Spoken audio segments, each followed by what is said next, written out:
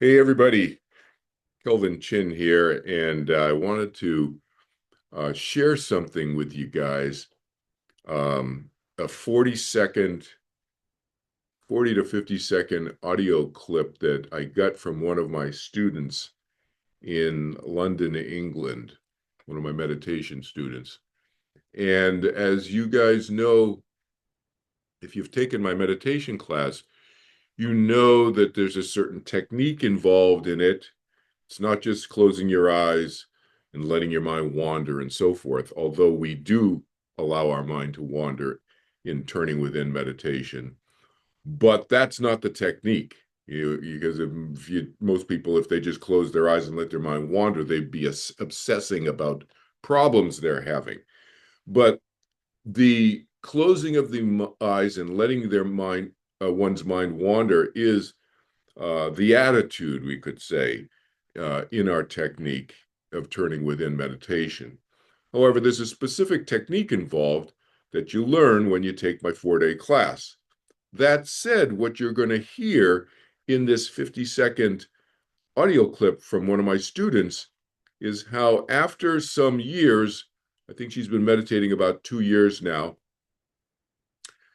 she came to me very, very high anxiety, uh, fear of death and dying, and so forth. And now she's totally anxiety free and her fear of death has gone away.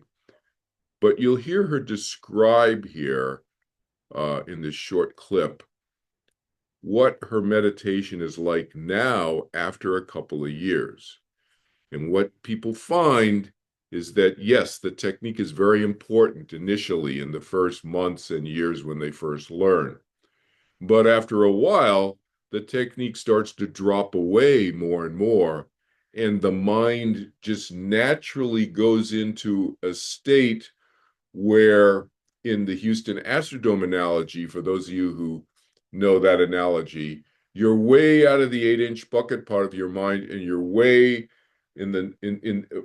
far away from the little 8-inch bucket on the 50-yard line in the football stadium, and your mind is way far away from that, still experiencing itself, but not just the little 8-inch bucket part of the mind of itself, where most people live their whole life and die 80, 90, 100 years later, never having allowed their mind to get out of the 8-inch bucket part of itself. So she's going to describe in this little clip how she felt in a meditation that she just had a couple of weeks ago. Okay? And if you don't know the Houston Astrodome analogy, look me up on the internet, find it on my website, turningwithin.org, the Houston Astrodome analogy and the 8-inch bucket part of that, and exploring the rest of the football stadium part of our mind. Okay? Here's the clip. Kelvin, the feeling of coming out of a meditation when you've completely forgotten that you were meditating in the first place, and you're just meandering in thought, is so good. Like, I just came out of a meditation. I completely forgot that I was sat there. Like, I was just drifting off into, I don't even know where I went. And then I opened my eyes and I was like, damn, I forgot I was like in the room. It was so it's so It's so nice and it's so peaceful. It's such a priceless kind of feeling. I just wanted to share that with you and say thank you for that gift. So there you go. It's just a short clip, but it gives you a sense of what happens after you've learned this simple technique, and you're only needing to do it 10 to 15 minutes each time, twice a day. That's it. Doesn't take very long.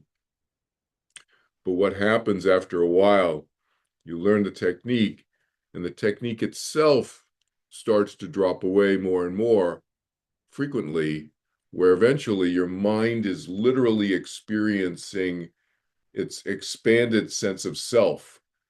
So you hear that term a lot spoken about in relation to meditation, expanding the consciousness, expanding your sense of self. Well, this technique is a very, very quick and easy and effortless way of doing that, as my student in London, England just described. So have a great day. Take care.